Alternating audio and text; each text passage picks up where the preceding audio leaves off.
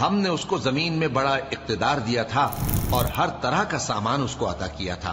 تو اس نے ایک سفر کا سامان کیا، یہاں تک کہ جب سورج کے غروب ہونے کی جگہ پہنچا تو اسے ایسا پایا کہ ایک کیچڑ والے چشمے میں ڈوب رہا ہے۔ پھر اس نے ایک اور سامان سفر کیا، یہاں تک کہ سورج کے طلوع ہونے کے مقام پر پہنچا تو دیکھا کہ وہ ایسے لوگوں پر طلوع ہوتا ہے جن کے لیے ہم نے دھوپ سے بچاؤ کی کوئی اوٹ نہیں بنائی تھی۔ پھر اس نے ایک اور سفر کا سامان کیا، یہاں تک کہ 2 اونچے سیدھے پہاڑوں کے درمیان پہنچا۔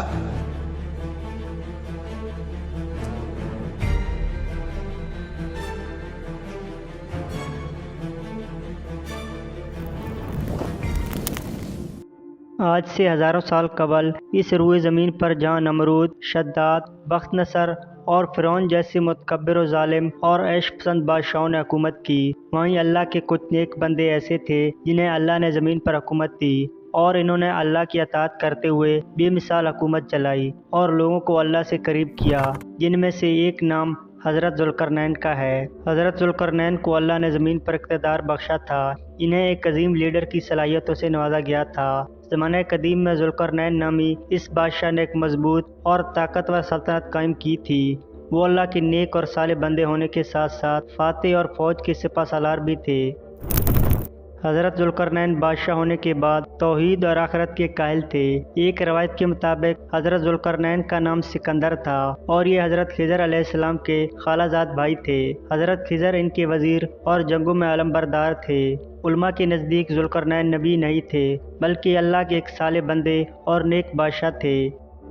انہیں اللہ نے قرآن میں ذوالقرنین کہہ کر کیوں پکارا، اس کے بارے میں مختلف آراء ہیں۔ بعض کے مطابق انہوں نے دنیا کے 2 سینگ یعنی 2 کناروں کا چکر لگایا تھا، اس لیے ان کا لقب ذوالقرنین تھا۔ بعض کا قول یہ ہے کہ ان کے بال کافی لمبے تھے جنہیں وہ 2 حصوں میں بانٹ کر باندھتے تھے، اس لیے لوگ انہیں ذوالقرنین کہتے تھے۔ ایک قول یہ بھی ہے کہ ان کے تاج پر 2 سینگ بنے ہوئے تھے، اس لیے ان کا نام ذوالقرنین ہو گیا۔ قرآن مجید میں ذوالقرنین کے 3 سفر کا حال بیان ہوا ہے جو سورہ کہف میں تفصیل سے موجود ہے۔ یہ سفر نہایت ہی عجیب اور عبرت خیز تھا۔ حضرت ذوالقرنین نے پرانی کتابوں میں پڑھا تھا کہ سام بن نوح کی اولاد میں سے ایک شخص آب حیات کے چشمے سے پانی پی لیتا ہے تو اس کو کبھی موت نہ آئے گی۔ حضرت ذوالقرنین نے مغرب کا سفر کیا، آپ کے ساتھ حضرت خضر علیہ السلام بھی تھے۔ وہ آب حیات کے چشمے تک پہنچ گئے اور اس کا پانی پی لیا، مگر حضرت ذوالقرنین کے مقدر میں یہ پانی پینا نہیں تھا، وہ محروم رہ گئے۔ اس سفر میں آپ مغرب کی جانب روانہ ہوئے۔ آپ نے وہ سب منزلیں طے کر کے ایک ایسے مقام پر پہنچ گئے جہاں سورج غروب کے وقت ایسا نظر آیا کہ وہ ایک سیاہ چشمے میں ڈوب رہا ہے، جیسے کہ سمندری سفر کرنے والوں کو سورج کالے پانی میں ڈوبتا نظر آتا ہے۔ وہاں ان کو ایک ایسی قوم ملی جو جانوروں کی کھال پہنے ہوئے تھے، اس کے علاوہ کوئی دوسرا کپڑا ان کے بدن پر نہیں تھا، اور دریائی مردار جانوروں کے سوا ان کا کوئی غذا نہیں تھا۔ یہ قوم ناسک کہلاتی تھی۔ یہ قوم فسق و فجور کا شکار ہو چکی تھی۔ اللہ نے ان کی سرکشی پر حضرت ذوالقرنین کو فرمایا کہ یہ تمہاری مرضی ہے کہ انہیں سزا دو یا ان کے ساتھ اچھا سلوک کرو۔ حضرت ذوالقرنین نے دیکھا کہ ان کے لشکر بے شمار ہیں اور یہ لوگ بہت ہی طاقتور اور جنگجو ہیں۔ حضرت ذوالقرنین نے اپنی فوج کا گھیرا ان کے گرد ڈال کر ان لوگوں کو بے بس کر دیا، چنانچہ کچھ لوگ ایمان لے آئے اور کچھ آپ کی فوج کے ہاتھوں مارے گئے۔ دوسرا سفر حضرت ذوالقرنین نے مشرق کی طرف کیا تھا۔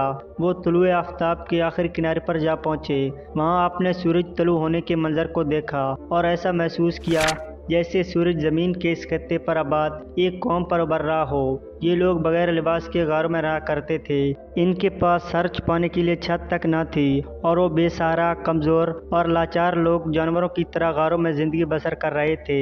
حضرت ذوالقرنین نے اس قوم کی تربیت کی، ان کے لیے لباس اور چھت کا بندوبست فرمایا اور عزت کے ساتھ زندگی گزارنے کے جوہر سکھائے اور ان کی تمام ضروریات کا انتظام فرمایا۔ حضرت ذوالقرنین نے یہاں اپنا سفر ختم نہیں کیا بلکہ وہ شمال کی طرف بڑھے اور شمالی جانب قفقاز کے پہاڑی علاقوں تک جا پہنچے۔ وہاں انہیں ایک قوم ملی۔ ان لوگوں نے حضرت ذوالقرنین کے حسن سلوک سے متاثر ہو کر یہ التجا کی کہ پہاڑ کے اس جانب ایک قوم آباد ہے جو یاجوج ماجوج کہلاتی ہے۔ یاجوج ماجوج حملہ کر کے ہر وقت انہیں پریشان کرتے رہتے ہیں۔ اگر ممکن ہو تو ان کے 2 گھاٹیوں کے درمیان جو درے ہیں انہیں بانٹ دیجیے اور اس سلسلے میں جو لاگت آئے گا وہ ہم دینے کے لیے تیار ہیں۔ چنانچہ حضرت ذوالقرنین نے ان کی اس درخواست کو منظور کر لیا اور کہا کہ مجھے تمہاری مالی امداد کی ضرورت نہیں ہے، اللہ کا دیا ہوا بہت کچھ موجود ہے، البتہ تم کچھ مزدور مہیا کر دو تو میں ایسی دیوار بنا دوں گا جو نہایت ہی مضبوط ہوگی۔ لہذا پہلے لوہے کے بڑے بڑے تختیوں کے اوپر نیچے تہ جمائی گئی جن کی بلندی دونوں گھاٹیوں کی طرف پہنچ گئی۔ تو آپ نے لوگوں کو حکم دیا کہ خوب آگ بھڑکاؤ۔ اس کام کے لیے لکڑی اور کوئلے کو استعمال میں لایا گیا۔ جب لوہا آگ کی طرح سرخ ہو گیا تو پگھلا ہوا تانبا اوپر سے ڈالا گیا جو لوہے کے چادروں کے دروں میں جم کر پیوست ہو گئی، اور یہ سب کچھ مل کر پہاڑ سا بن گیا۔ بلندی کی وجہ سے اس پر چڑھنا بھی مشکل تھا، اس کو توڑا بھی نہیں جا سکتا تھا۔ جب یہ دیوار تعمیر ہوئی تو حضرت ذوالقرنین نے اللہ کا شکر ادا کیا جس نے یہ دیوار بنانے اور لوگوں کو آئے دن کی پریشانیوں سے نجات دلانے کی توفیق بخشی۔ مگر آپ نے ساتھ ہی لوگوں کو یہ بتایا کہ اگرچہ دیوار بہت مضبوط اور مستحکم ہے مگر یہ لازوال نہیں، جو چیز بھی بنی ہے بالآخر فنا ہونے والی ہے، جب تک اللہ کو منظور ہے قائم رہے گی، اور ایک وقت ایسا آئے گا کہ یہ دیوار تباہ ہو جائے گی۔ تباہی کا یہ وقت قیامت کے قریب ہوگا۔ یاجوج ماجوج یافس بن نوح کی اولاد میں سے ہیں۔ یہ ایک فسادی قوم ہے، ان لوگوں کی تعداد بہت ہی زیادہ ہے۔